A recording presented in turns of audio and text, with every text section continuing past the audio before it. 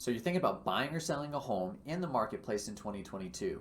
Do you know what the four major myths are, two for buyers, two for sellers, that I come across all the time in my career? Stay tuned for more.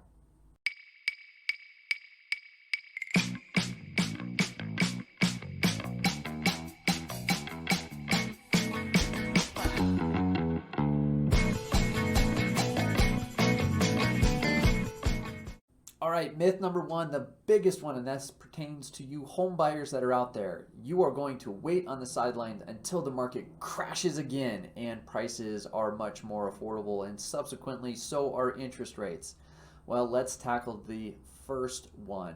Home prices, as it pertains to the Denver Boulder real estate market, are more than likely going to continue at their levels of appreciating, just not at the clip that they've been, and then potentially plateau a little bit if I could take a look at my crystal ball or magic 8 ball. And the reason for that is that we don't have enough supply in the marketplace relative to the amount of demand that is here in our local Denver Boulder real estate market.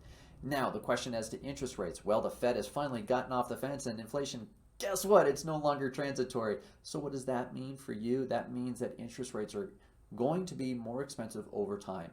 In this particular economy, as it stands right now, for our local Denver Boulder real estate market, if you've been thinking about buying a home, but you want to wait until the market crashes or interest rates go down, you're more than likely going to get stuck because home prices are going to continue to appreciate, just not at the same clip that they had been doing in the past. And mortgage interest rates are going to rise. So that means by waiting, not only are you going to pay more in terms of prices, but you're going to be paying more in terms of your mortgage, and that's not a good position to be in. All right, myth number two for the 2022 real estate market. Home seller, you can sell your home at whatever price you want to, right? Well, no.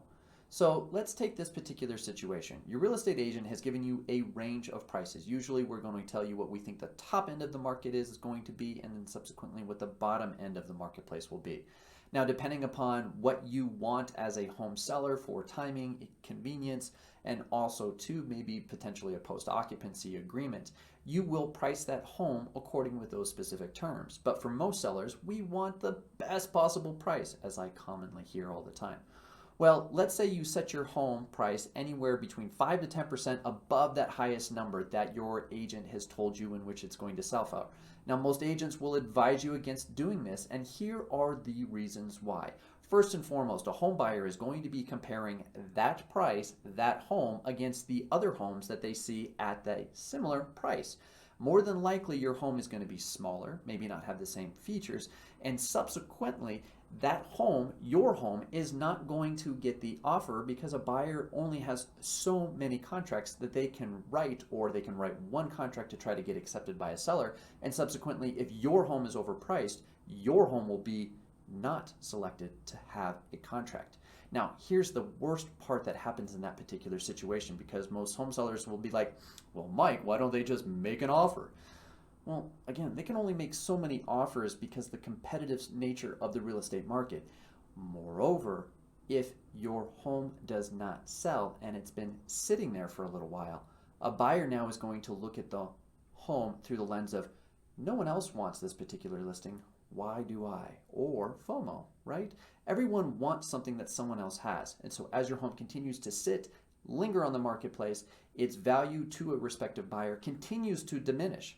So, home seller, don't get lost in the weeds thinking that you can get whatever home price you want. Listen to your agent and understand the dynamics of a good pricing scenario. Let the market take it as high as it possibly can go, along with the terms, to ensure that you have a successful home sale. All right, buyer myth number three for the 2022 real estate market. That is, I'm having a hard time getting my contract accepted. I'm just going to remove the inspection provision of the contract. That'll get it accepted, right? Well, it might, but it can also put you in a very dangerous position to buy a home that's got a bad roof, sewer line, you name it. So what we do here in the local Denver Boulder real estate market, or what I do for my particular clients, is either to first just write the contract with a termination aspect to it only. What that affords the buyer to do is to do an inspection, uncover if there's anything majorly wrong with the house, and saying, hey, I didn't think the sewer line was bad. I didn't think the roof needed to be replaced, or whatever the situation might be. You can terminate the contract on a specified date and time. So that way you are comfortable with whatever might be wrong with the home. Or pro tip for you number 2, and it is to write a clause that allows for major deferred maintenance items or major health and safety components up to a specified dollar amount. So let's say that the roof is bad and you need a radon mitigation system, and you specify that dollar amount to be $2,000. Well, guess what? If that combined dollar amount exceeds $2,000, you'll have the ability of negotiating at least a certain price so everyone understands of what your acceptance tolerance would be with items that are wrong with the house, and not giving up your opportunity to do an inspection. All right, 2022 real estate myth number 4 that I uncover, and this is pertaining to home sellers, and that is, Mike, I need to get my home completely fixed up in order to sell it to get it to attain a top dollar. Well, guess what? There are certain repairs in which that you can do that will add value, and there are certain repairs that you can do that may not. So what you need to do as a home seller in this particular market, and especially here in our local Denver Boulder real estate market, is partner with a great real estate agent like yours truly, or in other marketplaces that can advise you on what updates and repairs that you should be doing. So that way you maximize the amount of money that you put into your home. So you're not left putting money in that you will not get back. And let's face it, the market is still really hot. And so doing certain updates are not even necessary, while others are definitely good to ensure that you get the very best sales price in the shortest period of time with the least amount of stress and inconvenience. Again, it's Mike Gold with RE/MAX Alliance. Thank you so much for tuning in to our vlog post. I hope you enjoyed the 4 selling myths that I'm uncovering all the time in the 2022 real estate marketplace. And if you've got a specific myth, question, or need, feel free to drop in the comment section below or contact me at the information down below, and I'd look forward to answering your specific real estate questions. Until next time.